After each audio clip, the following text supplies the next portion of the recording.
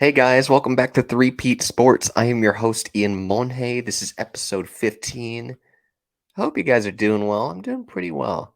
I'm getting a little bit more stressed with the school stuff and whatnot, but you combine that with how much fun I'm having with this off season, this mock draft season. I'm having a blast watching these prospects and whatnot. And I feel like I've scouted enough up to this point to give you guys a legitimately good mock draft. And I'm very excited for it as well. We're about a week away from the draft. Be sure to tune into the live show that I'm going to be hosting on June 22nd. I'm going to be starting it at 4:20. We're going to have a bunch of guests lined up. I'm still trying to get a couple more journalists if I could. But I think it's going to be a lot of fun, and I hope you guys can tune in and uh, have a lot of fun with me. The last thing that I will say is that this mock draft that I'm going to be doing is not a predictive mock draft. This is me placing myself in the chair of the general manager for all 30 NBA teams, making the best decisions possible for each and every one of these teams. And this will be based off of my own draft evaluations. And there will be some disagreements between me and some of you guys that have been following these draft prospects for as long as I have in particular. And I'll just put it like this: I'm not going to get everything right. Nobody is. And neither will your favorite team's general manager. Everybody fucks up at this time of year because they misevaluate somebody or they overthink some of this stuff. So just understand that there's more qualified people than me do this on a regular basis and from time to time have their screw ups. And that's the beauty of it. It's very fun doing all of this sorts of stuff, and we may as well just jump into it. So the first pick belongs to the San Antonio Spurs, and I think this is going to be really easy for everybody. Um, it's going to be Victor Wembanyama, the greatest draft prospect we have ever seen. That's as far as I'll go as to say it in that perspective. 7'4", moves and shoots like Kevin Durant, and blocks shots like Jaren Jackson Jr. I'm talking in modern day terms. You just don't see that ever. A 7'4" person should not be able to move around as well as he does. There's obvious concerns about his injuries and if he'll ever fill out with the frame. My guess is that he won't necessarily fill out, but I think he'll get a little bit more lean, a little bit stronger just by these NBA years. And we're all just so excited to see this dude play. I think that I do think that this is the best draft prospect we have ever seen, the most hyped up one for sure. And we're all really hoping that this kid can put it together because he has scary fun potential that I don't know if we're even talking about from a number of different angles. But the most hyped up prospect, the best prospect, ends up in the best situation possible in San Antonio. This is what I would do. This is what everybody would do. This is what's going to happen on draft nights. I think that's everybody's lock on draft night. So Victor Wembanyama to the San Antonio Spurs with an easy decision, and now we come up with a team that doesn't really have much of an easy decision in the Charlotte Hornets. A team that now all of a sudden is in on trade discussions with this pick. Same with the Blazers as well, where you're seeing a number of teams get reported out there as being really aggressive in trying to acquire a top 3 pick, assumedly for one of Scoot Henderson and Brandon Miller. Teams like the Raptors, the Wizards, the Thunder, the Magic, as well as the most interesting team that we have seen up to this point, the New Orleans Pelicans. And it feels like they're going ahead and dangling Zion a little bit. And if you're Charlotte, you may as well consider it because that is just such a damn good prospect to, just imagine the prospect of LaMelo Ball throwing those lobs to Zion. I think that's just super fun to think about and something that I would seriously consider. At the end of the day, I'm a little bit selfish. I'm not going to be trading away this pick, and I'm going to go ahead and select Scoot Henderson with this second overall pick. There's the obvious fit concerns and With both of those guys being point guards, and you wonder who's going to be playing off the ball, who's going to have to adapt in that aspect. Uh, it's not a smooth fit, I will admit that, considering that Scoot doesn't really have an ability to stretch the floor. I do think that he has good mechanics and good enough mechanics to be a pretty serviceable, if not good, jump shooter in the league, but his calling card will be at the basket with his athleticism, with his strength. Um, and I think that would bode well next to a guy like LaMelo Ball, who really does a very good job with playmaking, but is also an excellent shooter, and he does all of this stuff off the dribble, off the catch. I think that he's electric from downtown, and I think that there is a world where you can see a Lamelo having, a 40% from downtown season just by getting set up by Scoots. I think the prospect of it is really fun. It's not the smoothest fit, and everybody can admit that, but I'm going to be selfish here and understand that, Charlotte has always been inept with how that organization is run. And they usually do pass up on really talented players for fit. And, Brandon Miller is an excellent prospect. He's my number three prospect. But I just go ahead and continue thinking that you just have to take the best talent available, especially since this isn't a franchise that has many talented players come through to Charlotte. And I think that Scoot should be the next in line to do so. So we're going to select him here at number two. And probably an even harder decision for the Portland Trail Blazers whether or not to go ahead and continue rebuilding around Damian Lillard, put together a championship core, or you could go the route of, selecting this young prospect and, it's going to hurt every single Portland fan to heart, but trading away Damian Lillard. And again, if it were up to me, man, I don't know how much higher my value for Damian Lillard is going to be. We have no avenues to go ahead and improve this roster with cap space. There's not much of an avenue in terms of trades. Like, yeah, Carl Anthony Towns might be available. I definitely pondered that. Pascal Siakam is probably available. I definitely pondered that, but I just didn't see it for both sides to go ahead and make a deal like this. And I think that Brandon Miller is just too good to pass up. And you're going to have to deal with the prospect of your best player leaving your organization. And it's tough for sure, but I think that is the best for both sides. Allow Lillard to win a championship elsewhere and continue on a great career. And Portland gets a really nice core to build around with Anthony Simons, Shadon Sharp, and Brandon Miller, who we're going to be selecting right here. You can very much see the Paul George, the Brandon Ingram in him. I see a little bit more Brandon Ingram in him than in Paul George, but you just really like the ability to score, to shoot. You think about the defensive versatility as well with how long his arms are as well. Combine that with like a little bit of a skinnier frame and just being smooth as hell as a dribbler. I think that there's so much potential to tap into here. Um, I really don't have many concerns with the fit here. I think it's a seamless fit, and whatever you get from uh, whoever you're gonna trade Damian Lillard to, you're gonna have such a fun time with this core, and I'm gonna go ahead and do that. I do have a Lillard trade up. It's really hard to figure out the true value of his, but I did my best to come up with something, and I know that we'll get to it at some point later on in this episode. So Brandon Miller at pick three to the Portland Trail Blazers, and um, I think it should be the pick. Should be. Houston up at pick four, another really um, tough pick. I would say it's less tough out of all these three teams that we had just talked about. But Houston is in the. I'm going about this pick as if we are going to go ahead and bring in James Harden, who, that has lost some steam for sure. But I do think of it as a legit possibility. And I kind of want to go ahead and scout out what I could potentially get in a trade. The main guy that I was looking at long and hard was Carl Anthony Towns. Have a legit floor spacer at the five, be a guy that could. I think that Harden Towns duo would be pretty interesting and pretty fun to look at.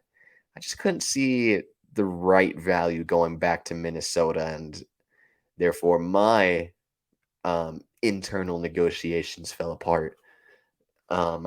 Just don't really see a very good way of acquiring star talent with the assets that they do have. Not that they're bad assets by any means, but I'm just not sure that from a salary perspective it would work for the other team. And I'm gonna stay put and pick here. I'm gonna go ahead and select Cam Whitmore. He was, I believe, yeah, he's my fourth ranked prospect. I love what he provides as as a scorer as well. He's a little bit like Brandon Miller. I would say he's a lot less efficient, but I do think of Cam Whitmore as a bigger bodied guy that I think can legitimately defend better than Brandon Miller. I think that there's a level of um, strength and overall athleticism that Cam Whitmore has a little bit more of. I think that Brandon Miller lacks a little bit of burst off the dribble, and then, that's a little bit ticky tacky, but I could very much see the difference between him and Cam Whitmore, who I think is just athletically gifted, more gifted than Brandon Miller. I think you're going to get a similar scoring prowess from being a three-level scorer, but I think you're going to get a little bit more post play out of Cam Whitmore, and I think that would be very fun in a Ime Udoka system that really utilizes all three phases of the floor. That was very clear when Jason Tatum really progressed within his three-level scoring before he modernized his game this past season with Joe Mazzulla. I'm excited to see what could potentially happen here with Cam Whitmore and Jalen Green. And maybe you revisit a trade later in the offseason with all the pieces that you do have, because I do think of uh, Tori Eason, um, Kevin Porter Jr., Alperen Şengün as guys who have true value around the league. Maybe Cam Whitmore as well. But I'm going to go ahead and stay put and pick at 4, knowing that we could potentially do something later on in the offseason as we come up at pick 5 and we go ahead and try to add some more young talent for new head coach Monty Williams, who I'm just so thrilled for to be with this young core in particular and to mentor, I guess, coach up Cade and Jaden Ivey. I think there's a lot of legit fun that you could have over there with the young group. And you sure like there is a level of maybe you want to bring in a little bit more veterans to coach these guys up a little bit more and provide a sense of direction and culture that just has not really been set in stone here. I'm gonna stay put at pick 5 because again, like, am I really gonna trade like 4 big men for another big man? Am I really that interested in Siakam and Towns? Am I really that interested in any of the guards that are available? Am I really interested in DeMar DeRozan for pick 5? Not necessarily, no. Um, and I'm gonna take best player available here. For me, it's Asar Thompson. I do think of him as the better Thompson twin ahead of his brother Amen. I think of Asar and Amon as pretty much the same prospect in the sense that they're both so physically gifted. The athleticism and strength and sheer build is just so off the charts.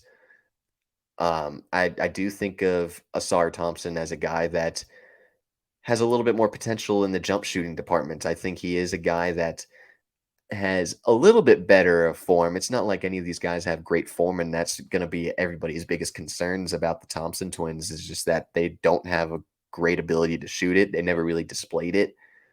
And particularly with Almen, it's just horrendous form that it really makes you worry if he'll develop that at all.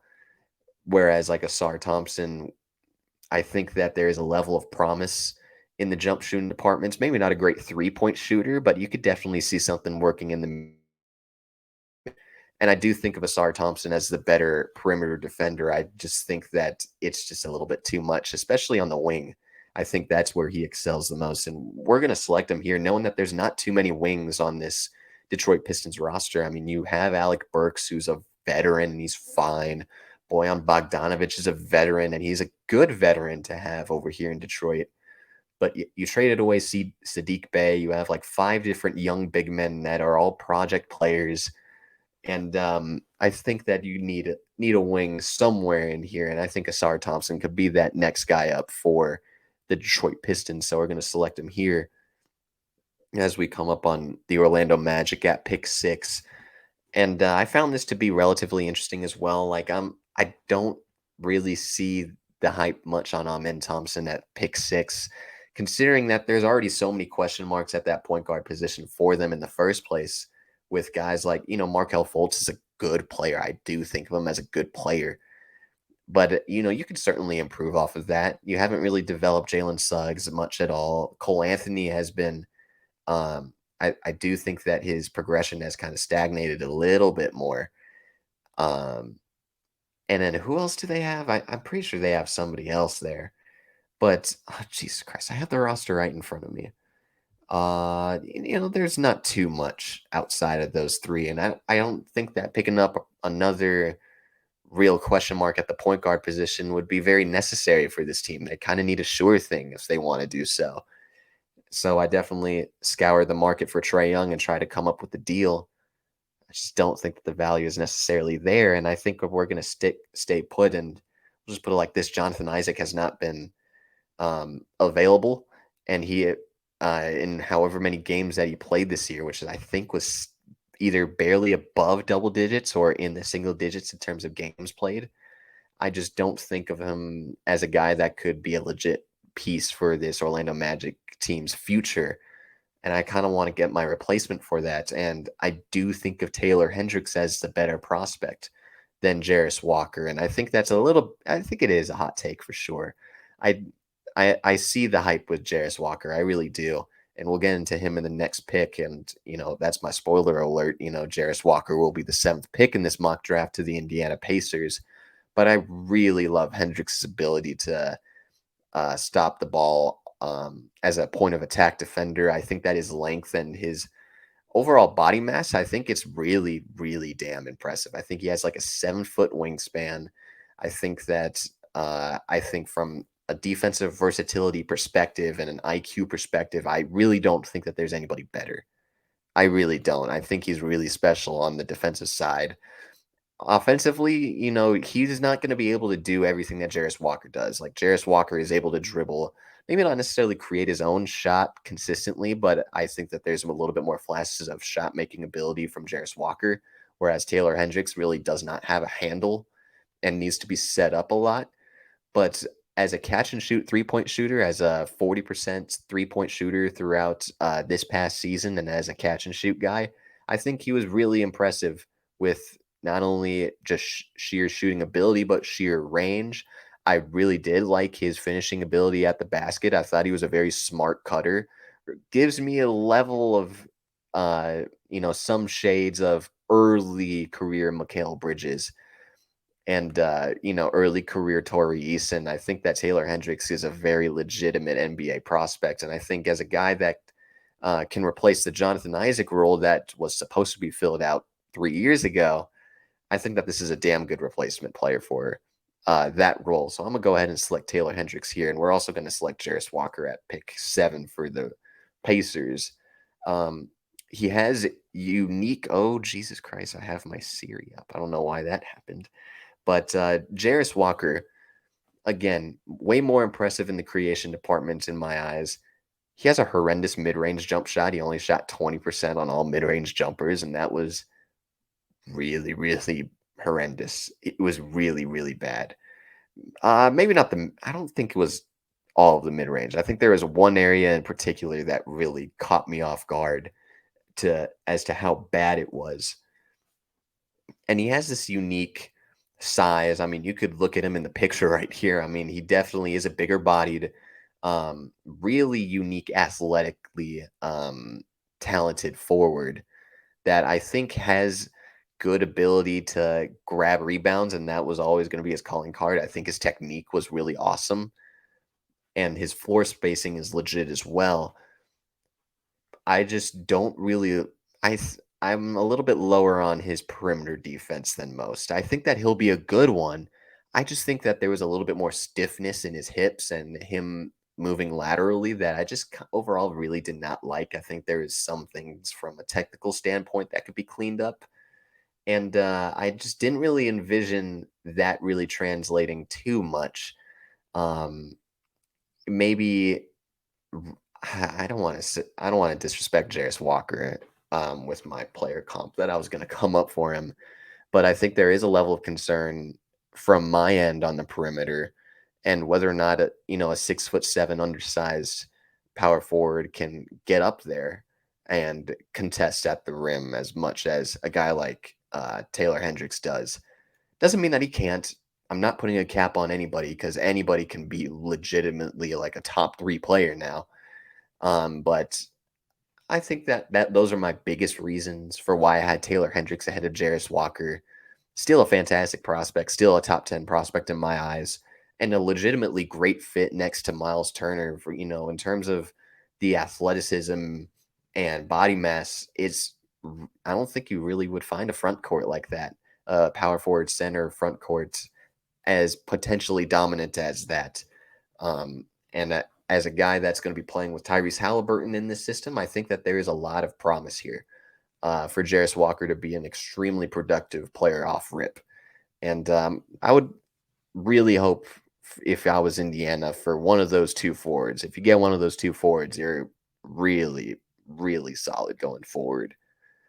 As we come up on the Wizards, and there's been a lot of buzz recently about Bradley Beal potentially being on the move. They brought in a new general manager. I think his name is Michael Winger. I think he was with the LA Clippers for a long time before. I think he got like general manager duties on all 3 teams between the Wizards, the Mystics, and their G League team. And I would certainly go ahead and go the rebuild route as well.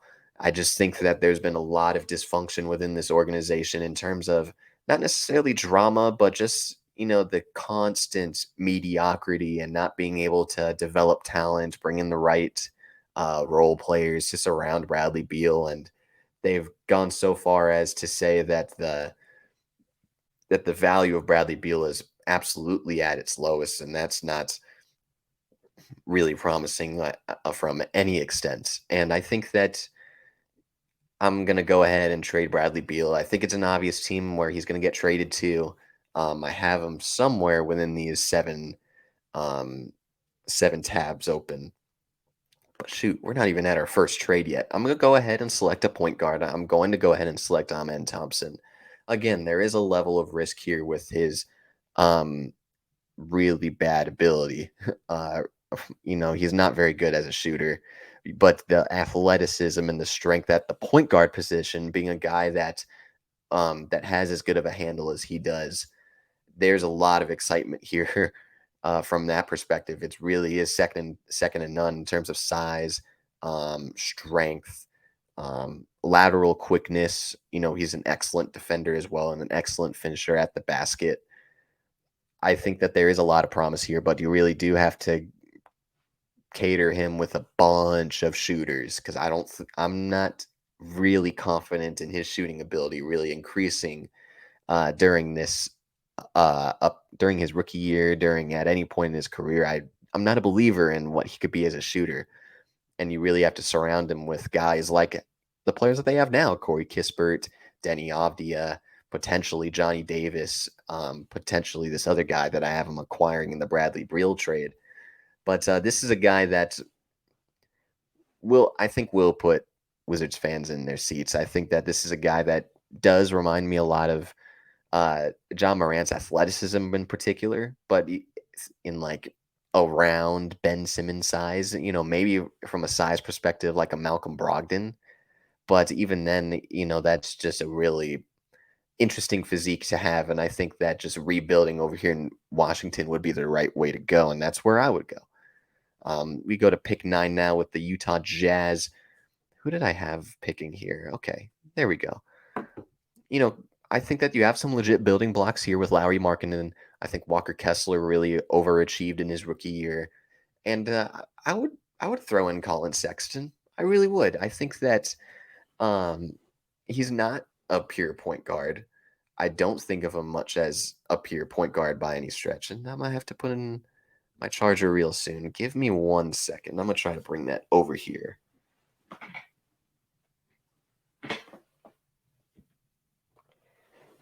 please be able to connect. Oh, that's nice. That is so nice. I'm right here.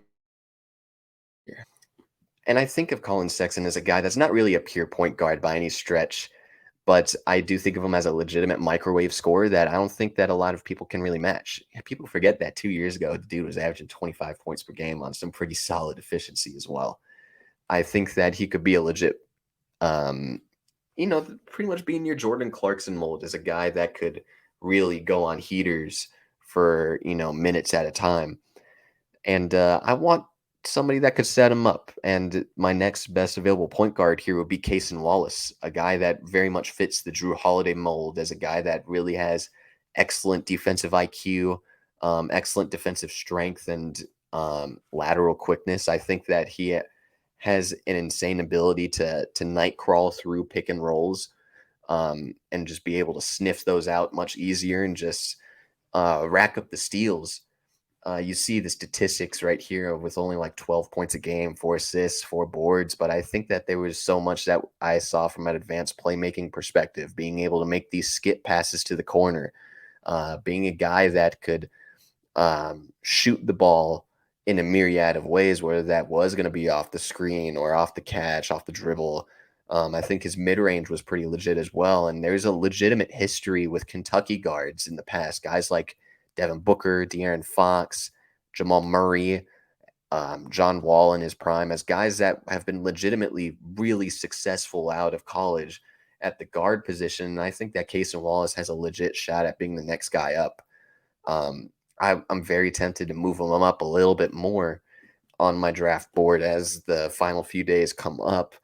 But this is where I'll have him right here. And I think that him being able to set up a guy like Colin Sexton, Lowry Markkinen would be really beneficial. And if you can tap into a little bit more of like his finishing abilities at the basket, because he is a little bit smaller, he's a little bit slender as a guard, 6'3", 185. But man, he could be really, really nice if you put the right development coaches around him. He could be really nice. I'm very high on what his ceiling could be in the NBA. And we go on to pick 10, and I think this is where we're going to have our first trade. I really don't like the idea of picking Grady Dick here. I think I have him getting selected a little bit relatively soon. But for a team that is trying to not only keep Kyrie but keep Luca at the same time, I think that there is a level of concern to maybe bring in better guys that fit around those two. And I'm gonna go ahead and scour the market, make a deal. And I came across a deal that I thought was relatively fair because again, I'm not high on the player that they're getting back, his value in particular, or at least how the Raptors are valuing him. Yes, OG Anunoby is an excellent on-ball defender and an excellent three-point shooter, but I don't think 3 firsts is a very fair price for a guy that doesn't really create off the dribble as much as you would like. And we're going to go ahead and make this trade right here. Tim Hardaway Jr. and pick 10. Make it as simple as that. You get a salary matcher over in Toronto. You get a legitimate shot creator at the guard position. At least a guy that I think will be pretty good for a rebuilding team in particular. Because I don't have a Siakam trade here right now, but I do think of um, Pascal Siakam potentially being on the move and making that hire for Darko Rajakovic. I think it really was a priority to um, get a guy that can really help out Scotty Barnes' development and whoever they would get at pick 13. And I think that bringing in some new fresh legs, fresh blood um, in the draft would be a really nice way to go. So I am going to make this deal for both sides. If I could find Toronto's right there. Send pick 10, and we'll just put in the details right here. Tim Hardaway for OG and Obi. Hope I spelled that right. And now Toronto picks at pick 10. And I think that I'm also going to let Fred Van Vliet go. I think I'm going to scheme up a team that would be better fit around Scotty Barnes. And I think that an interesting guy to come up here for the Toronto Raptors, go ahead and select Anthony Black, a guy that I think is way more of like this point forward mold. He's definitely a little bit slender as a forward, and I think of his best skills as a guard. I think his handle is really nice. I think that his overall passing IQ, accuracy, passing ability is really good for his position. And I think he's a guy that really does like to get to the basket and operates his scoring on the inside. He's not the greatest shooter, I will admit that. I don't have my full draft board in front of me. I wish I had like a second monitor or something. But I think of Anthony Black more so as a point forward that also has the length to defend multiple positions. Sure, he'll might need to bulk up in order to guard some of these lengthier, stronger wings, which is bound to happen considering his size. But I think that there is a level of, I think that he could definitely set up a guy in Scotty Barnes much better than Fred Van Vliet did. And Van Vliet was a good playmaker. It just wasn't a matter of him being a natural point guard. I think Anthony Black has natural point guard skills that Van Vliet doesn't necessarily match. And definitely there's some parts of his game that's a little bit more raw. Obviously, from a shooting perspective, and a form perspective, you certainly wished for better and are going to try to develop that in his game at the next level. But I think that this is a really nice fit all around. I really do like Anthony Black. Um, as like a borderline top 10 prospect. There's certainly stuff to clean up, but I think being around Scotty Barnes, being around a player development coach like Darko Rajakovic, I think is a really good fit for every. So we'll select him there. And again, I'm really having a hard time with these Orlando picks because I am trying to find a trade partner. Am I giving up the 11th pick and Wendell Carter for DeAndre Ayton? I'm not really planning on doing that. There's not a logical uh, trade in my eyes for any of these other might be available. And who knows, maybe you do go after a Fred Van Vliet in the offseason in free agency. Who knows?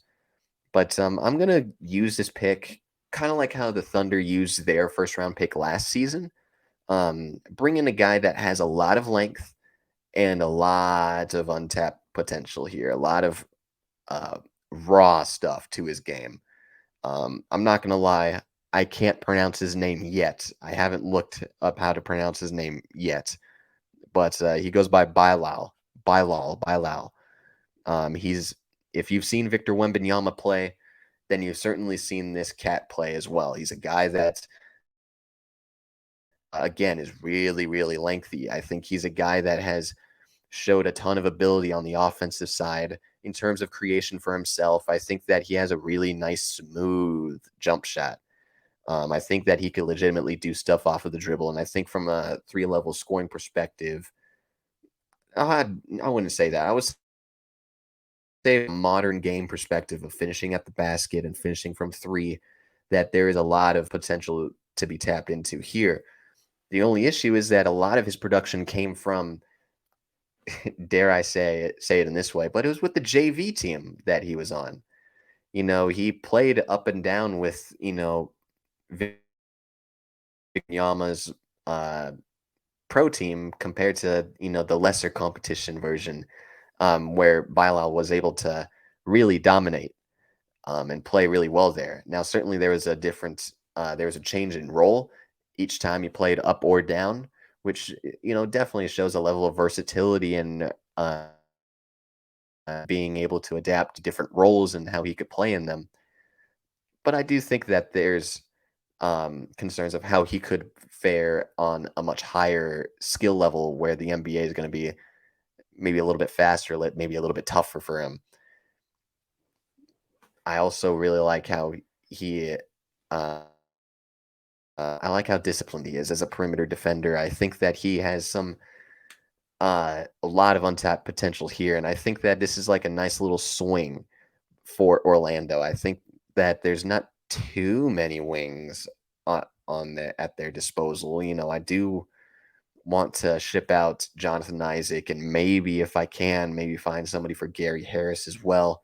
You just don't really have too many wing prospects here, or guys that you could really feel confident in. And I think that bringing in Bilal, um, bringing a guy that could develop for you for a little bit of time, and if it doesn't work out, it doesn't really work out. I mean, you have 2 first round picks, and I think of Taylor Hendrick as a legit NBA prospect at this moment in time. Maybe take a swing and try to develop a little bit more. And if you're able to develop him, you might be a very damn near unstoppable young team in the immediate future. I think that there's a lot of rawness to his game, but I think that you could be very um intrigued by his length, his scoring ability, and think, oh yeah, this is somebody that we could develop here. And that's what we're going to try to do here in Orlando with Bilal at pick 11 as we go into pick 12. And this is where I'll go ahead and make another trade. Did I exit out of this? No, I didn't.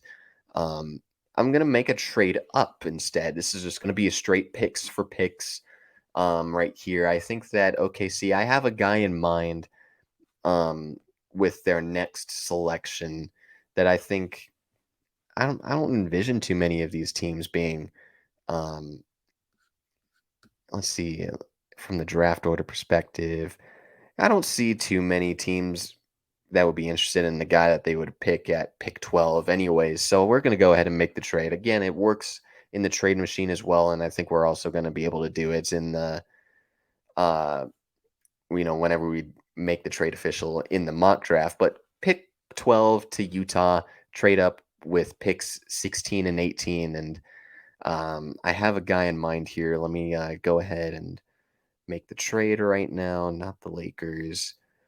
16, 28 for pick 12. Trade the picks, and the Utah Jazz are now up on the clock. And we're going to go ahead. We're going to select, from, I don't want to say that this is like the wrong pick by any means, but this is definitely a guy that, I've definitely battled back and forth with. Grady Dick. I think he's a guy that is a very legitimate 3-and-D prospect. He very much reminds me of the mold of what Christian Brown was when he came out of the draft. It's a guy that you know exactly what this type of player is. He's a shooter, he has a high motor, and has legitimately tough defense to go around. It's really hard to go around him. Is relatively smart on that end. I think is very cerebral. But from this perspective, it's a matter of you don't have too many of these 3-and-D wings, I guess you could say. I think at his peak, he could definitely be like a Gordon Hayward if he was ever able to develop like a go-to dribble package and a little bit more of a willingness to drive to the basket. He's a very smart cutter, but I think that driving to the basket, it was always tough for him. And this is one of the best shooters in the draft. And I think that Grady Dick could be something on the defensive end as well. You just don't have too many of those guys in Utah. You don't have many of those type of players, as well as guys that have a lot of potential. A guy like Cason Wallace there as well. You might have a little bit more of a sure thing in Grady Dick, which is why I would go ahead and make this selection here, because I think that I would prefer to try to win a little bit more right now with Lowry Markkanen at the helm. But I don't think that this is a bad move by any means. I think that there's definitely other guys that are, I would say, better prospects at their positions. But I would really be pleased if I was a Utah Jazz fan to bring in Grady Dick and be one of the best shooters in the country, really. I think he was really excellent, and that could really translate over really nicely. As we come up with Toronto again, and we already selected Anthony Lamb at the point guard position, and I think I'm going to go for a guy that is going to be a little bit more of like the go-to scorer.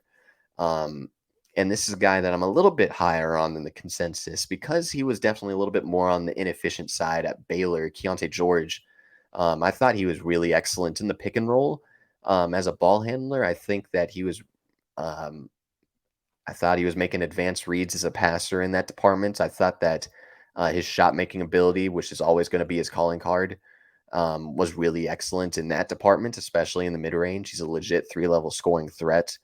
The inefficiency worries you to some extent, but I'm also think giving him the benefit of the doubt, just like how I gave a guy like what's his face's name, Anthony Edwards, the benefit of the doubt, where Edwards was a guy that was really damn good from a scoring perspective for Georgia, but it was also just not a good team, and they were not able to um, come up with other guys that could score efficiently with him, and therefore there was a lot of hero ball, a lot of shot chucking from Edwards that definitely lowered his efficiency.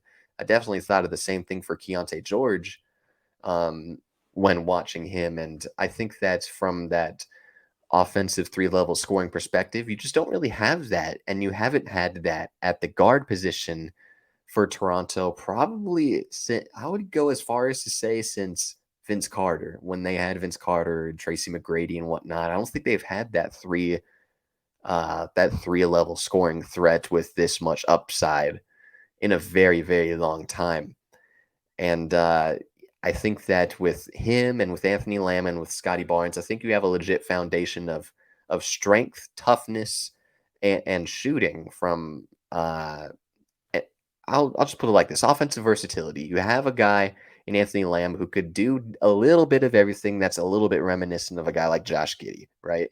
You have Keontae George as your 3 level scorer that could score at anywhere on the floor and be a legitimate pick and roll threat. And then you have Scotty Barnes as a guy um that could use his brute strength and athleticism to go ahead and be a next run and dunk man, as well as be an excellent defender over here as well. I really like Keontae George. I think that he is really underrated in a lot of senses, and I think that if you put him in this situation over here in Toronto, you'll be set up for success um, for the foreseeable future. As we move on to pick 14, as we're not going to make the Zion trade, I don't see a world for me where I could go ahead and um, trade away Zion Williamson. What will I get given the amount of games that he's played? And two, how much lower will my ceiling be if I were to make that trade? Because again, they have without Zion, they haven't been able to make it past that first round. And last year, with a better and I would say more well connected roster, they weren't able to make it past the play-in. So, there's definitely a level of, this is a guy that I don't want to give up on at all. So I want to bring in somebody that's legit. And I'm going to bring in my favorite prospect over here, a little bit more of a pure point guard in my eyes, Kobe Buffkin. I shit you not when I tell you that, this is my favorite prospect in this draft. I really see a lot of Jalen Brunson, maybe not necessarily in the height because Brunson is definitely a little bit of a smaller guard, but in the mannerisms in which they score, where you see a lot of in a pick and roll, a lot of bumps into the defender's chest and creating space by being physical with the guy. I think that you see the utilization of a ton of head fakes. I see the offensive versatility to score on and off the ball on all 3 levels. I think his finishing was really underrated. He averaged like 14 points with like 4 assists, 3 rebounds. And I thought that the production that he was able to provide um, and as good as he was with Michigan, I thought it was more impressive knowing that he wasn't the first or even second option that on a lot of nights that from a scoring perspective, because you saw Jet Howard get a lot of those touches and Hunter Dickinson get a bunch of those touches. And I forgot who their other backcourt partner was, but that other backcourt partner was the primary point guard for that team. And Kobe Buffkin was way more of a secondary creator slash ball handler for them. And I think that from the 3 level scoring perspective, I think from a passing perspective, and his willingness to be a legitimately tough defender and a scrappy defender bodes well for this New Orleans team that I don't think really has a true point guard here yet. CJ is nice, but I don't think of him much as a passer or an advanced passer at that. And I feel the same way about a guy like Jose Alvarado, who absolutely has defensive intangibles, sure, but there's not a whole lot of point guard skills from everything that I've seen. I could say the same thing for Dyson Daniels and Kyra Lewis, and I think Kobe Buffkin could be something better and bigger and better. I'm really high on what he could potentially provide for any team, and New Orleans would be really damn lucky if they were able to snag him at 14 because I legitimately think of him as a guy that should go in the late lottery, and this is a very nice little place to go ahead and develop moving forward. And I would go ahead and bet on Kobe Buffkin as like one of these future players, future best players in this draft class, and wonder why wasn't he picked earlier. That's how high I am on Kobe Buffkin. And we go to pick 15 with the Atlanta Hawks. Not a ton of needs because I think that everything is kind of filled out here, right? Sure, you don't really like the fit with DeJounte Murray and Trey Young by any stretch. And maybe you split those guys up later on. I just don't really see a world where um, I just don't see a world where you could get the legit assets to recoup some of what you had lost in that DeJounte Murray trade. And I'm just kind of over here thinking you got a lot of players that A should be playing right now, and B, like there's a lot of salary here that you could go ahead and utilize later on. Maybe you could still go ahead and make a legitimate offer at a pretty solid guy. Maybe if you go after, ooh, if you were able to go after Porzingis, I would have liked that fit quite a bit. But you have guys that you should be opening up space for, and I just find it really hard to not only do that, but to trade away this pick to go ahead and get somebody that you would really want on your roster next to Trey and DeJounte.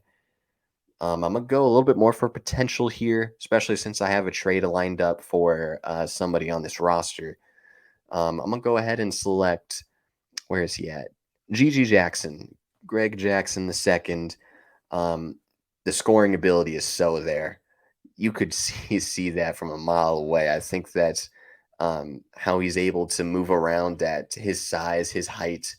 You certainly don't really like the efficiency that he shot it at, and I think we could attribute that to him being the youngest player in this draft class. He wasn't supposed to play college this year. He reclassified, and I thought he provided quite a bit of really good film on both ends. Certainly, you would like to see a little bit better focus on the defensive end because he legitimately was putting all of his time and efforts to scoring the basketball, and you wonder about the tunnel vision for sure.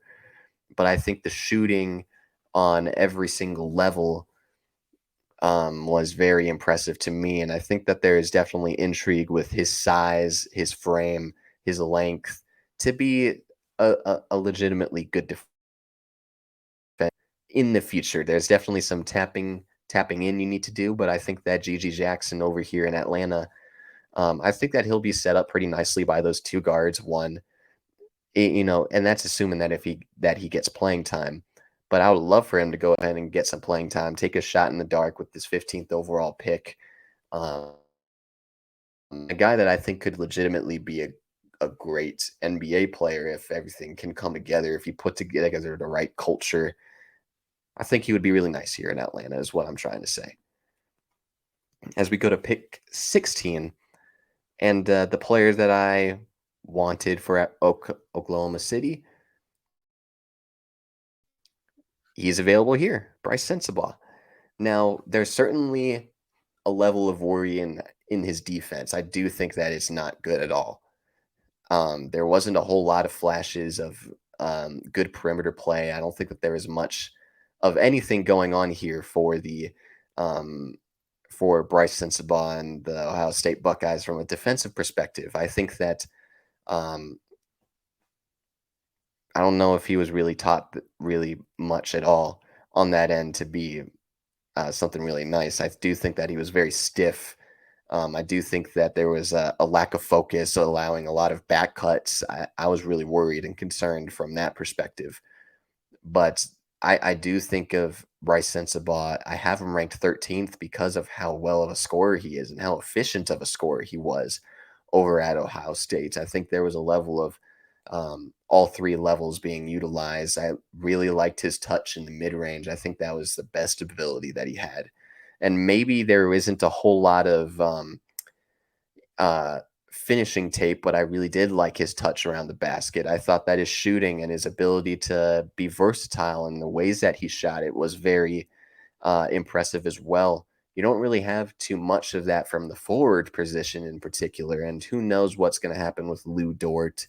I think Kenrich Williams is going to be who he is as this 3 and D wing for a long time, but I think that having another scoring threat on the wing, oh, Jalen Williams, Jesus Christ, geez, I totally forgot about him. I can't believe I forgot about him. But Bryce Sensabaugh, I think, would be a nice little microwave scorer for this team if he were to join. And I don't know if he has the chops much at all to be this, um, be a great forward per se, and be a scoring forward. But I think that from an offensive perspective, you have him be a microwave guy off the bench for this Thunder team that has a lot of threats. I think that would be a really nice little pairing, little duo here for the OKC Thunder as we go on to pick 17. And again, like I tried to come up with something for the Lakers as well. Um, I really couldn't find anything that I liked in particular. I think that there was a lot of um, I don't know if Malik Beasley is valued as highly as he was when they made the trade a couple months ago. I'm not sure that um, you're going to be letting go of guys like Austin Reeves and Rui Hashimura. You're definitely not trading those guys. Maybe you trade him Obamba, but how much value does he have? I thought it was really hard to go ahead and grab a guy with value and can fit really nicely around Anthony Davis and LeBron James to where like I kind of want to start thinking about the future a little bit. And I don't think that D'Angelo Russell is going to be the future for him by any stretch. And I think that getting in a guy, I'm gonna go ahead and pick Jalen. Did I pick him? Yeah, I did. Jalen Hood-Schifino. I think that he was way more of the shooter slash playmaker type. I think of him. What did I compare him as? I'm sorry, like I don't have my draft board up. And it probably absolutely should. Um, I want to see where how I compared him. This is gonna take a minute. Just know that I really liked Jalen Hood-Schifino. He was definitely another one of my guys, if you want to call it that. Um, there we go. Load up. Pin number 14, Jalen Hood-Schifino. Yeah, I compared him a little bit more to like this Malcolm Brogdon type. He's definitely a little bit more of a pure point guard for sure. And again, his calling card, like I said, was his playmaking and his shooting. Let's see what more that I had to say about him. He shot it really nicely to start off the year. I think he was 48% from three, and then he really tailed off as the season went on. And I think that was just a level of the responsibility that he had, where it just felt like it was too much for him. But in the mid range, I also thought he was pretty nice. I thought that his playmaking chops was really nice. He has good athleticism. It's not great athleticism. You certainly wish for a little bit more. And I think that those three things in particular, where you notice like there's not a ton of athleticism, but you see the size, the shooting, and the playmaking from him, where you can see the Malcolm Brogdon chops. And I think that Jalen Hood-Schifino is a guy that's getting a little bit underrated in my eyes. I still think would consider him at the late in the late lottery for sure. And you kind of luck into this if you're a Lakers fan. He's a legitimate guy. He's a legitimate playmaker. He's a legitimate shooter. And I think that that's what this team needs. You didn't really get a whole lot of both of them from anybody that you had on your roster at the point guard position this past season. And I think it would just be nice to go grab some youth as well. And this is where we're making the Bradley Beal trade. We'll go ahead and trade the pick over right now. Where's Washington? And I put it as Tyler Hero, Duncan Robinson, and number 18 for Bradley Beal. And I think that this would be I do think that this is realistic on every front. I think that the no trade clause really helps him out in every single aspect. And I think that it's not only a matter of what team he decides to go to, but he's able to pretty much deny whatever framework that each team would put together. So you could definitely imagine, like, imagine he denies a trade where he'll get sent over to like Portland or something, and it's like Simons and pick three. He's like, nope, trade away Yusuf Nurk. Go ahead and trade me for Yusuf Nurkic and the pick 23 and make me a Blazer. Like, that's how much control that he would potentially have. And I think Miami is an excellent fit here, where you very clearly saw in the Miami Heat run that there was just not a lot of scoring punch. And maybe that was in the absence of Tyler Hero, sure, but they very clearly ran out of something that was elite on that end. And I think that you go ahead and make that move with the idea that you're going to continue pursuing a championship, and maybe think that he'll be a better fit with this Heat culture that we've all memed for so many months now. But we go ahead and we make the right move for Washington. They have to blow it up. And besides, you get yourself a really nice player over here in Tyler Hero, and you pair him, as a legitimate shooter, getting set up by Amon Thompson. I think you got something in that backcourt that's really intriguing in my eyes. And we could go ahead and make the selection. Who did I have right here? That's right.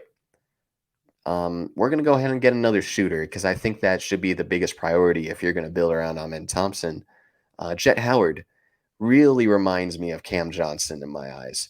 From a defensive, I would say like him, and like I'm pretty sure I had like Kevin Herter as well as a draft comparison. Jet Howard, yeah, it was like Cam Johnson.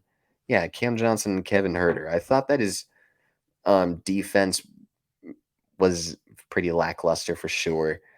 He's definitely not a guy that you really want on these guards at all, because I think that his lateral quickness is that bad. I think from a shooting perspective, you see it everywhere on the floor, on the ball, off the ball. You prefer him in the corners because those are like his main hot spots, and you would certainly want him on these like bigger, bulkier forwards. And you certainly would like for him to add on some play strength for sure. But I think from that perspective, I think you could absolutely turn him into this Cam Johnson type, where he's definitely not going to be the most mobile defender for sure, or a lockdown defender for sure. But I think that you could, um, use the play strength to your advantage on that end, and simply just be a guy that can run off of screens and, um, tire out whoever your matchup is at the forward position. I think that he would have a great advantage at it.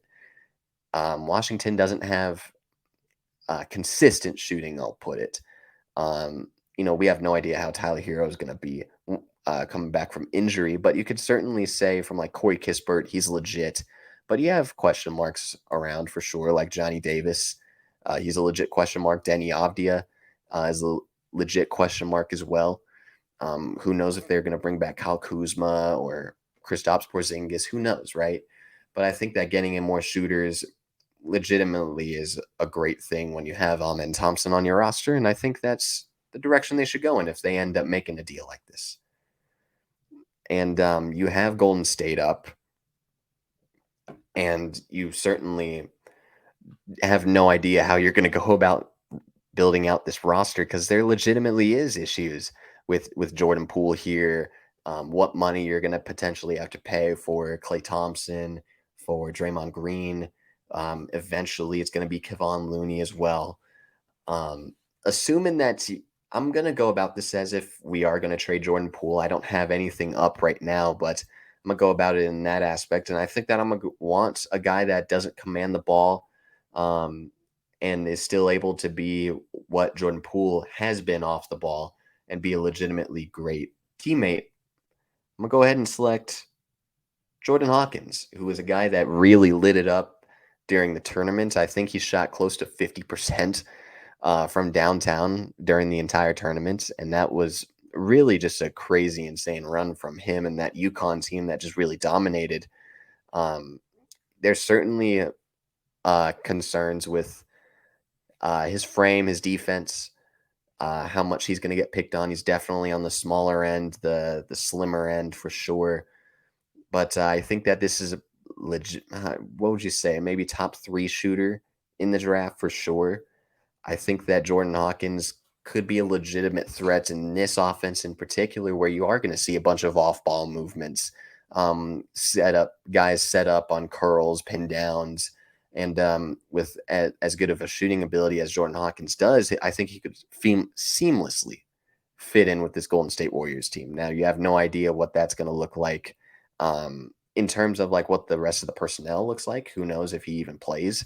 If they go ahead and keep some of the guys that they can't trade. But I think it's a legitimately good fit here. As we go on to the Houston Rockets. And again, I found it really hard to find a trade partner again because, again, I want to go ahead and build something around um, what could potentially be with James Harden on the roster. And who knows how that would work. But I think I'm going to go ahead and try to bring in a little bit more of younger pieces here for sure. Um, Young pieces, guys that I think would have a lot of value around the league if developed right. And I think would be a guy that I think teams would go after, and that's Colby Jones, a guy that really reminds me of Derek White in the sense that you're getting a whole bunch of toughness. You're getting a level of creation from both of them. Both of them have like these definitely a little bit more awkward forms for sure, but I think that there is a level that to them that makes them just really good dribblers. They're both really low on the dribble. I think from a defensive perspective, I think they're both really excellent in how they use their hands and use that to their advantage. He's a little bit bulkier of a guard, and I think that would definitely play well in damn near everything in terms of maybe absorbing contact on both ends. You would certainly um, you would certainly like for him to be a little bit quicker and more athletic, sure, but I think that his ability to navigate through pick and rolls and his ability to contest shots with the length that he has, I think it's really excellent. And you don't have too many of these defending guards on this Rockets team by any means. You have Torrey Eason, who's a little bit more of a forward. And who did we select? Cam Whitmore. I think that he's a little bit more of a wing as well. You don't have too many guards that can guard. And Colby Jones can do that while also being a legitimately good finisher around the basket. I think that there's something really nice here for sure. And this is going to be where I do my best to approximate a Damian Lillard trade. Um, I found it to be really hard to orchestrate this trade because it really does depend on how you value him.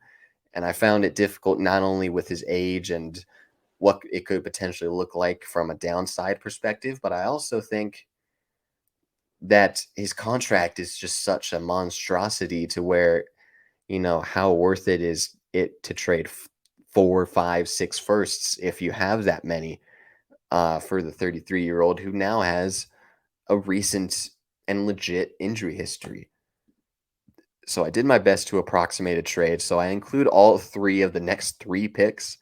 It's just swap 21 and bring them to Portland and have 23 go to Brooklyn. This was the full trade. I found it to be really tough to find the legit value of it all. And it may not, this definitely isn't like the greatest um, trade that a lot of people could come up with, but I found this fair in the sense that I think that you're getting guys that could be pretty good reclamation projects over here in Portland. And I also found Cam Thomas to be a really intriguing player as well. And Dorian Finney-Smith is legitimately valued around the league. And I think that you could, this is kind of like the James Harden package from um, Houston to Brooklyn that the Trailblazers are getting back. You're getting a little bit more of like picks, reclamation projects, guys that you could bring in uh, right now.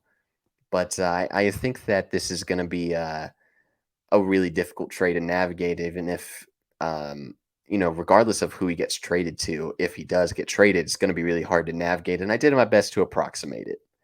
Who knows what it's going to be like if it were to come to fruition, but that's around where I would expect it because you do have to worry about age and the contract as well. And we're gonna sit here at pick 21 for the Portland Trailblazers. We're gonna select Maxwell Lewis. Where are you at, Max? 17. That's where I had him. I have him as a higher prospect than Grady Dick.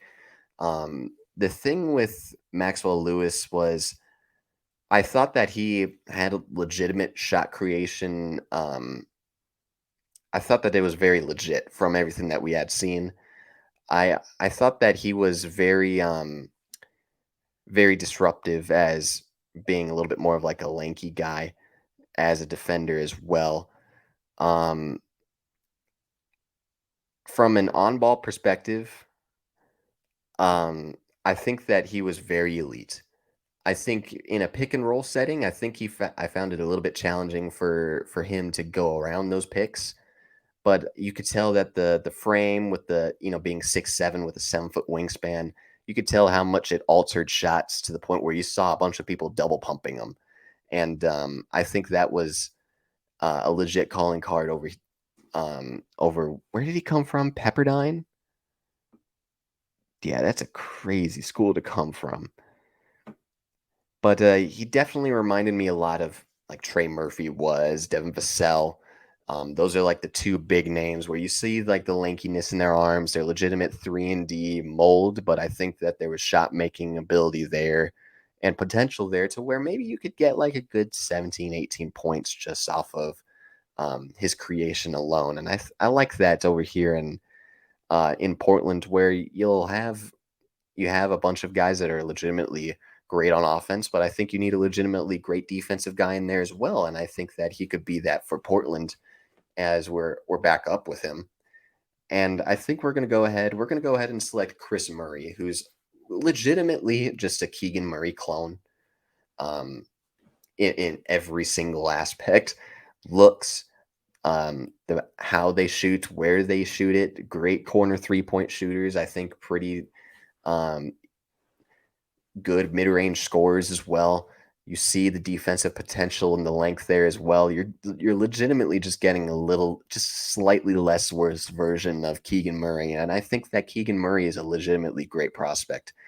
And you get him at number 22, and now all of a sudden, like you have a nice blend of offense and defense that would be a nice start to this rebuild slash retool over here in Portland.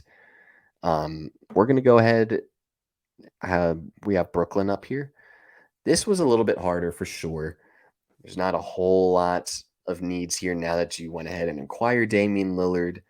I do want an insurance plan for if Cam Johnson isn't going to be on this team, if like some team throws him a crazy bag of maybe 90, 100 plus $1 million a year. We're going to go ahead. We're going to select Brandon Podziemski, who is one of the biggest risers in the draft, and that was due to the draft combine. I just think a lot of it was his ability. It was his shooting ability. I think that he has a crazy rainbow shot for sure, but I thought that there was a very consistent one at that. I also really liked his playmaking chops. I thought that he made some pretty advanced reads. I thought his ability to navigate through traffic whenever he drove to the basket was very legit. Um, he kind of reminds me in the way that he shoots like a Luke Kennard, and he's 6'6", 205. Um, he may not replace what Cam Johnson brings from a defensive perspective yet, but I think that his shooting alone makes him a legitimate player in this rotation. I think that he could be pretty nice here as a like a potential wing slash two guard for the Brooklyn Nets as we're going to continue on. We're gonna go ahead with the Sacramento Kings, and if I'm Sacramento, like I go ahead and try to shop this pick. I couldn't really find any logic here at all. I'm gonna go ahead and select a guy that I think would be a legitimately good shooter. We're definitely worried about Harrison Barnes and his future being up in the air. Assuming that somebody doesn't throw him like $15 million a year. But we're gonna go ahead and get another one of these like quick trigger shooters, quick trigger wings that could be a nice fit for how this Sacramento offense is run. Julian Strother from Gonzaga, I thought was a really fun watch for me. I thought that his ability to um, come off of anything, anywhere, and have the confidence that he has from downtown, and to shoot him efficiently. Like he shot like 46% from the field, like 41% from three. And this wasn't on, some 1 to 2 attempts per game. No, I think this was legitimately on like 4, 5, 6 attempts per game.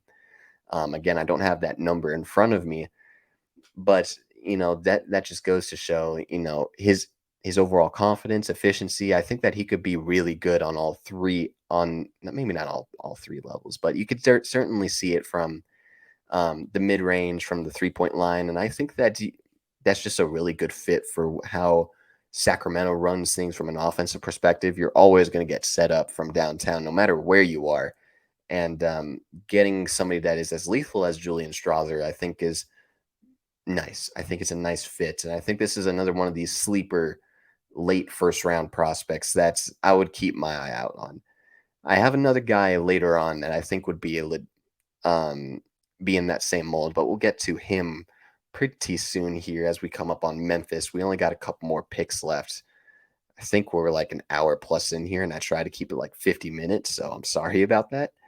Um, I do have the expectation of John Morant not being with the team for a majority of the season. And Tyus Jones is good. I want to bring in a guy that could be, just as serviceable off the bench. And this is another one of like my guys as well. Marcus Sasser from Houston very much reminds me. Who did I have him as like a good player comp? I really liked what he was able to do at Houston. So much so that I have him above Nick Smith, who's a guy that I think was maybe a little bit overrated in this process in particular. I saw a lot of Van Vliet. That's what I compared him to, where I saw the scrappiness in his hands and on the defensive end. He doesn't have the greatest length, which is what might um, not make him in this Fred Van Vliet mold. But I do think of his overall confidence, shooting ability, and playmaking ability. I thought that when he got into that mid-range area, you couldn't really stop him from every perspective. Like he was legitimately good in that mid-range area. I think that he was very good with the dump off passes to his big men, setting everybody up, guys like Jarris Walker up. And I thought that his corner 3-point shooting as well was legitimately great. I think he knows how to run an offense. And in the event that you see John Morant out for a long time, you're going to need another guard to come up here, and I think that would be just a very, very fun little pairing there. And a guy that I think could legitimately be like your Tyus Jones for the time being until you eventually get John Morant back, who is obviously a great, great talent.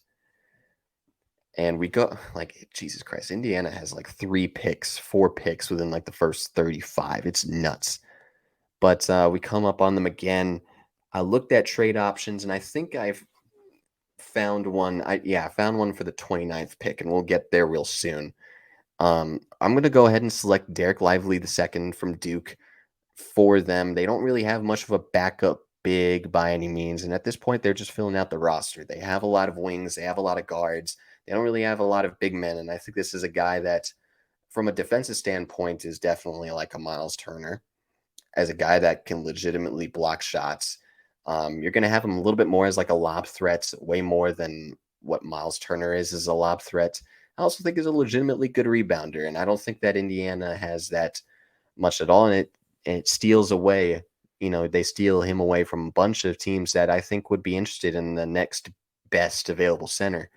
So we're going to make that deal right here as we go on to Charlotte. And I think that I want to go ahead. I have a trade lined up, and I want to kind of um I want to buy low a little bit on a talented guy that's utilizing whatever I can, whether that's Terry Rozier, whether that's Gordon Hayward. I would prefer to use like the Terry Rozier contract simply because I think his contract is not going to pay out too well by the end. And B, I think that there's no room for him on this roster after going ahead and acquiring Scoot Henderson and There's already LaMelo Ball there, and there's already guys like Dennis Smith Jr. that might be a little bit more heralded by the front office. So I'm gonna go ahead and take a chance on on another big man. I'm gonna go ahead. I'm gonna call up Phoenix. We're gonna go ahead send Rozier, Kai Jones, and 27 over to Phoenix for DeAndre Ayton. I think it. I think that would really like solidly bode well for both sides, as see the Suns get a little bit of a younger guard, along with like that late first, and try to play with some young talent, and have a level of a youth infusion here, which is something that Phoenix just has not had over the last 2 to 3 years, outside of the main guys that they drafted 6 years ago. Um, and then Da, I think, is just like a nice little lob threat for Scoot and for LaMelo Ball, and I think he'll get set up real nicely by those guys if they're willing to do so. And we're going to go with another one of these unheralded guys, an unknown guy within the draft process, and I think is a legitimately good fit for this Suns team. We're going to go ahead and select Ben Shepherd from Belmont, and I know that that's a guy that nobody really hears about at all. This is a guy that I think I have a lot of trust in being a very good player. I think that he's a legitimately good shooter. He shoots like 40 something percent from downtown, and even better on like handoffs. I know that I have the stat up for his profile. Ben Shepherd. Um, so he shot 51% on all twos. He's shot 40% on catch and shoot opportunities, 49% off of screens, and 48% off of what was classified as handoffs. And this was all from downtown. You have a ton of shooting versatility from him, and you don't have a lot of shooting over in Phoenix, especially with how much Landry Shamet has fallen off for this team. And from a defensive perspective, I think you're just going to get a bunch of toughness, a bunch of grittiness, a lot of IQ. But I think you do this mainly for the shooting, and I think that there was a level of shot creation that he had developed, and I think he'll be a legitimately trustworthy NBA player. And I think that this could be the next rookie to have a legit impact on a championship contending team, I'll say. So Ben Shepherd to Phoenix is legitimately one of my favorite fits in this entire draft. As we're going to go on to 28 here with the OKC Thunder, and I don't have a lot of big men here at all. And I'm going to be honest, I'm higher on Tracy Jackson Davis a little bit more than James Najee. Both of these guys are not shooters by any means. They are not very good at spacing the floor at all. They're mainly lob threats, run and dunk. The thing with Tracy Jackson Davis was I really loved his ability to facilitate. I think when he caught the ball in the mid range, he was not one of these scared to dribble guys. No, he knew exactly what he was going to do, and it was very intentional with what he was doing. I thought he had good touch around the basket. I thought that his rim protection, again, was great as always. And I think that his ability to be such an attraction down low to where he was legitimately very good at throwing over the top of double teams. And I think that you don't have a lot of big men like that in the league, especially with his size in particular. You don't have too many big men on your roster, anyways, if you're OKC. And I think this is a nice little dart throw as well. So we're going to select him here at pick 28. And we're going to end off with two trades, very weird trades for sure. Because Indiana doesn't really need this pick. I think that they're going to be one of weirdly, like one of the sellers with their later picks outside of pick 7. Again, it's going to be weird, but there's teams out there right now that want to go ahead and buy one of these later picks that these teams have. Teams like Indiana, teams like Charlotte that have multiple late first, early second round picks. And there's a team recently that has come up in discussions for wanting to move up in the draft, and that team is the Cleveland Cavaliers. At least one of those teams are the Cleveland Cavaliers. Oh my God. Okay, I thought I wasn't able to make the trade at first, but it's going to be weird because it's not the biggest deal of a trade at all. But if I'm Cleveland, I'm eyeing a guy that can play defense, and we're gonna trade Shetty Osman and Sam Merrill for the 29th overall pick. It's very weird. It's very strange for sure, but I think that there's a way that I can see Indiana going through with it, and knowing that there's a bunch of unguaranteed money on to these players that they have rostered. I think that you could still be able to create a lot of space to where you could still throw out a large offer sheet at maybe like a Cam Johnson.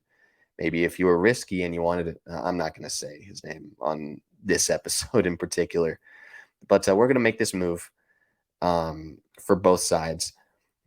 And we're going to go ahead and select Leonard Miller, who was a guy that um, made the transition into being a little bit more of like this Jeremy Grant type of player where you're going to be seeing a ton of physicality on the offensive side. He's not the greatest shooter right at this moment in time, but he's been a lot more of like this inside scorer. And I think from a defensive standpoint, I think you're getting excellent perimeter defense. I think you're getting a lanky guy that knows how to utilize his hands and be smart on not being a guy that jumps on a lot of pump fakes. And I think that's just a really impressive thing if you're Cleveland, a team that has lacked a bunch of these wings who can defend. Guys like Levert wasn't able to. Shetty Osman, you had Isaac Okoro, but he was such a liability on the offensive end that you really didn't know what to do from a wing perspective. And I think Leonard Miller can provide some clarity for this team. And we're going to go on to the final pick slash final trade. Um, it's going to be weird. And I know that whoever are the Clippers fans that are this far in listening to this this episode, this podcast, this video, wherever you're listening to it, you may not like it much at all. But I want a little bit better of quality players here. Because again, I'm still trying to win with Kawhi. I'm still trying to win with Paul George. I want athleticism. I want finishing around the basket. And I want a guy that's a little bit better of a quality player for a playoff rotation than a guy like Marcus Morris. You're not getting the Marcus Morris type of player to replace him, but you're getting somebody with a lot of athleticism and a guy that I think you could still um, resurrect. I think you could definitely resurrect um, John Collins.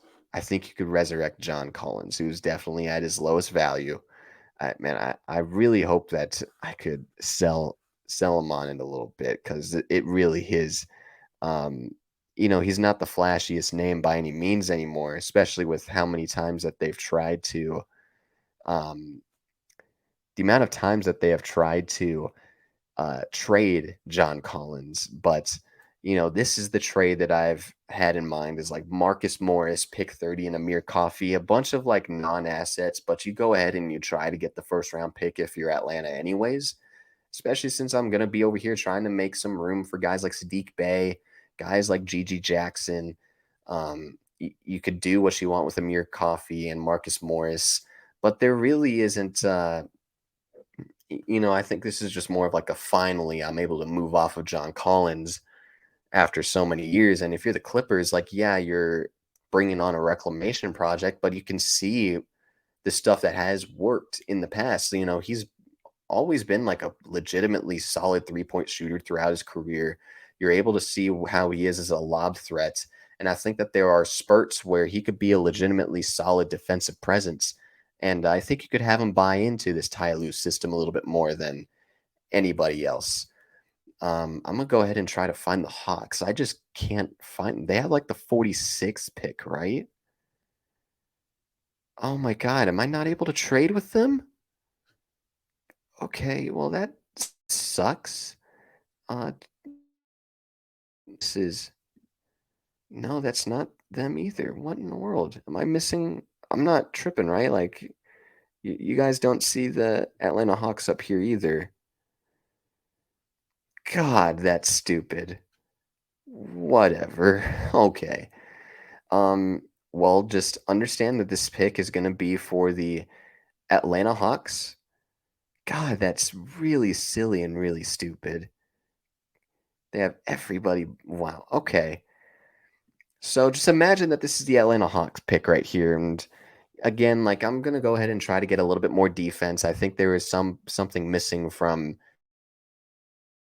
after they got rid of DeLon Wright, a guy that was a legitimately great defensive piece for them last year. He wasn't around this year, and you could tell that there is definitely something different within the guard play. And I want to get a guy that has the length and has the ability to stop on the defensive end as well. So I'm gonna go ahead and select Ryan Rupert. Um, I believe he's from France, but Ryan Rupert is. I thought of him as a pretty decent. I th- as like a decent shooter, and that's really it from that perspective. You don't really want him to shoot it as much, but think of him as like one of the best finishers around the basket. You could tell how lanky his arms are, and his ability to shoot or finish over guys. It was very apparent. It was very like Markel Fultz reminiscent. It was very like Josh Richardson reminiscent in terms of build length and just the ability to get to the basket at will and finish over the top of guys at will. I thought it was very impressive from that regard. Um, I think from a defensive perspective, you're able to see the lateral quickness. I thought was better than I thought it was going to be, given his frame. And a bunch of lanky, tall guys aren't usually as fluid as guys like Ryan Rupert. And I think that having a guy that can do that on the defensive end for at the guard position for you is really, really impressive in my eyes.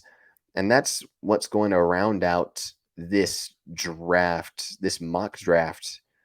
And Jesus, I really hope that this wasn't as long as I thought it was going to be. It might be because I fucking ramble on like crazy. But that is my what I would do mock draft, and I really hope that you guys enjoyed this episode. I know that this is lengthy and long and whatnot, but seriously, thank you guys for listening to this episode. Again, be sure to tune into my draft show at 4:20 Arizona time on June 22nd. Gonna try to bring in as many guests as possible. Go follow the Twitter at Ian B. Monhe. And shout out my guy Arian on Twitter. He's updated my logo. He created the thumbnail for the draft show, and I just definitely wanted to give a huge shout out to him. You're the GOAT, my man. Once again, you guys stay well. Y'all stay safe. I appreciate y'all for listening, and I'll see you guys in the next one.